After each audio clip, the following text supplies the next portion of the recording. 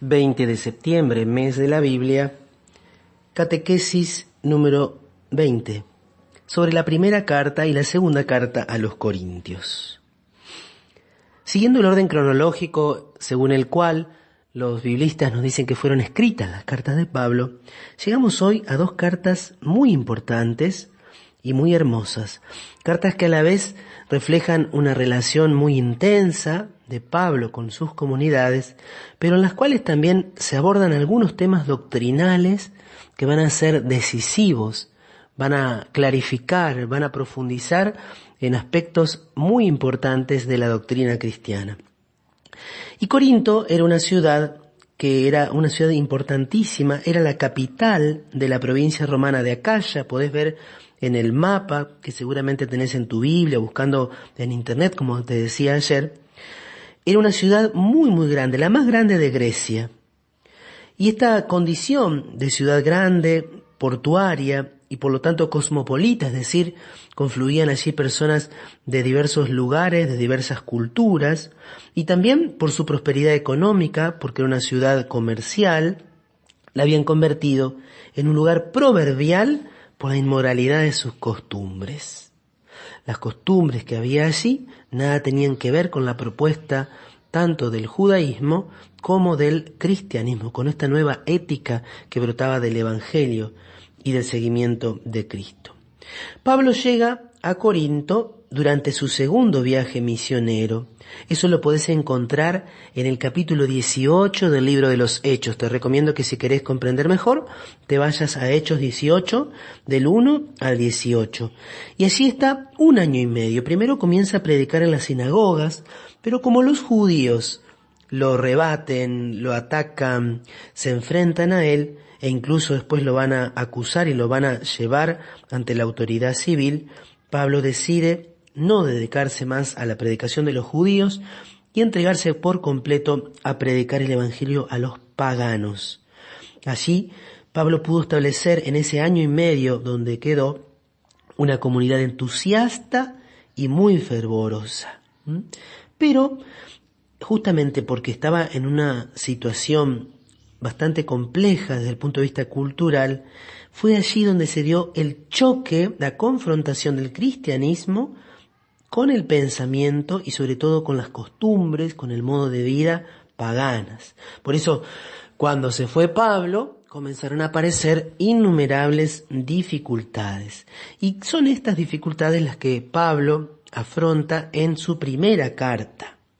En primer lugar, las divisiones de la comunidad, porque llegó allí a Corinto un predicador llamado Apolo, que era una persona muy capaz, muy elocuente, pero allí entonces se dieron diferentes bandos. Algunos estaban más asociados, se sentían ligados a Pablo, otros a Apolo, e incluso llegaron emisarios de Pedro.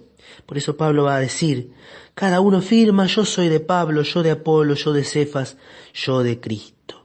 Entonces, insiste en que todos somos discípulos de Cristo y que no deben suscitarse estas divisiones de acuerdo a quién fue el que predicó la palabra.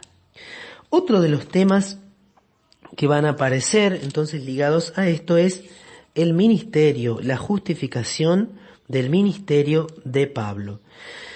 Un tema también importantísimo son las cuestiones morales en torno a la castidad, ¿sí? Pablo habla en el capítulo 5 de un caso de incesto y también de la fornicación y de cómo los cristianos tienen que comportarse frente a las costumbres paganas, porque son los cristianos, sus cuerpos, miembros de Cristo. Evitan la fornicación. Cualquier otro pecado es externo a su cuerpo, pero el que fornica peca contra su propio cuerpo, directamente en contra de las costumbres paganas. Y luego empieza a responder a diversas cuestiones. Está muy claro que los corintios habían escrito a Pablo, por eso Pablo dice en el capítulo 7, ahora responderé lo que ustedes me han preguntado por escrito. Aborda el tema del matrimonio y del celibato, porque había algunos que negaban la posibilidad del matrimonio, que decían que solo era válido el celibato, teniendo en cuenta también esta esperanza de que Jesús viniera pronto. Otro tema también que surge es el de la carne sacrificada a los ídolos, si un cristiano puede o no comer esa carne. Y bueno, estas son cuestiones que tal vez hoy han perdido actualidad, pero que son importantes los criterios de Pablo. Siempre es necesario pensar en los más débiles y no ser motivo de escándalo para los demás. Así en el capítulo 10 aparecen los sacrificios paganos, y su relación o su confrontación, su diferenciación clara con la Eucaristía. Las frases muy antiguas sobre el sacramento eucarístico. El capítulo 10, versículo 16. La copa de bendición que bendecimos, ¿no es acaso comunión con la sangre de Cristo? El pan que partimos, ¿no es comunión con el cuerpo de Cristo? Ya que hay un solo pan, todos nosotros, aunque somos muchos, formamos un solo cuerpo porque participamos de ese único pan. Fíjense, año 53, 54, esta carta ya nos presenta una teología eucarística, la Eucaristía como aquello que edifica la Iglesia. Y de nuevo en el capítulo 11, cuando Pablo se va a ocupar de los desórdenes que se daban en las asambleas, división entre los pobres y los ricos, la función de las mujeres, los distintos abusos, así se va a dar el relato más antiguo de la institución de la Eucaristía. Acuérdate que el Evangelio de Marcos nosotros lo fechamos en torno al año 60, incluso 65, y los otros dos evangelios sinópticos, Mateo y Lucas, hacia el año 80. Por lo tanto, la narración que hace Pablo de la institución de la Eucaristía es la más antigua que nosotros tenemos en los libros santos. Está en el capítulo 11, versículo 23. Lo hace con una fórmula que es muy importante. Lo que yo recibí y a mi vez les he transmitido es lo siguiente, la fórmula de la tradición. Aparece también en el capítulo 12 los dones espirituales y la analogía del cuerpo. Iglesia como cuerpo de Cristo. Y en el capítulo 13, uno de los puntos más altos de toda la literatura cristiana de todos los tiempos, el himno al amor. Aunque yo hablara todas las lenguas de los hombres y los ángeles, si no tengo amor, no soy nada. Esto que ha traspasado las fronteras de la Iglesia y que se ha transformado en un elemento de la cultura y que ha sido recogido por tantos poetas y escritores. En el 14 entonces también vuelve sobre los dones espirituales, siempre invitando a la unidad. Y en el capítulo 15, la cuestión de la resurrección de los muertos. Algunos negaban la resurrección. Entonces nuevamente Pablo transmite como el núcleo del credo cristiano, un texto muy importante en el capítulo 15, lo que él transmitió es lo que a su vez recibió. Para finalizar en el capítulo 16 con una colecta y con la próxima visita. La segunda carta a los Corintios es un texto un poco más complejo. ¿Por qué? Porque dicen los biblistas que en realidad lo que hoy tenemos como segunda carta a los Corintios es la recopilación de 2 o incluso 3 textos de Pablo. Y de hecho cuando uno va leyendo la carta se da cuenta de que hubo allí en el medio una visita, de que Pablo escribe y hace alusión a un texto, a una carta intermedia que hubiera escrito en otro momento. ¿Cómo podemos hacer la división?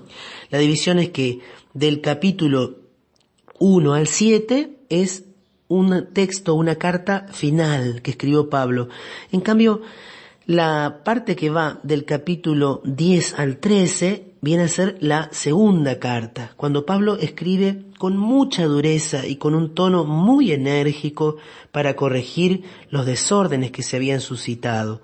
Así, entre estas cartas hay una nueva visita de Pablo, una visita que no fue muy satisfactoria. Esto lo puedes descubrir cuando lees el mismo texto. Pablo entonces hace una gran defensa de la legitimidad de su ministerio. Algunos cuestionaban y le decían a Pablo que él no era un verdadero apóstol porque no había conocido a Jesús, y Pablo entonces hace como una apología de su ministerio. También ataca a los falsos profetas, a aquellos que siembran la división en la comunidad.